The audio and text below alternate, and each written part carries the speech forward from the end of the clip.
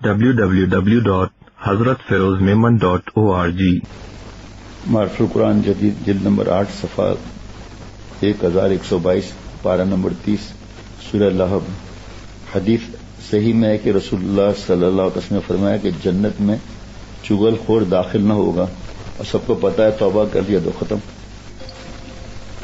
اور حضرت فضیل بن عیاض رحمۃ اللہ نے فرمایا کہ 3 عمل ایسے ہیں جو انسان کے تمام اعمال صالحہ کو برباد کر دیتے ہیں، روزے دار کا روزہ اور وضو والے کا وضو خراب کر دیتے ہیں، یعنی غیبت، چغل خوری، جھوٹ۔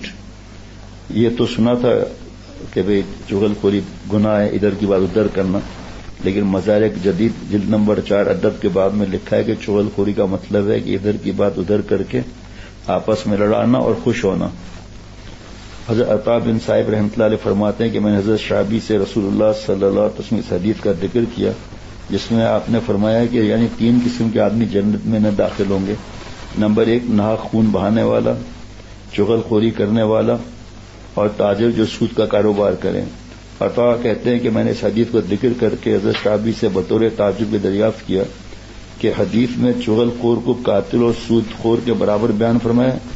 انہوں نے فرمایا کہ ہاں، چغل خوری تو ایسی چیز ہے کہ اس کی وجہ سے قتل ناحق اور غصب اموال کی نوبت آ جاتی ہے۔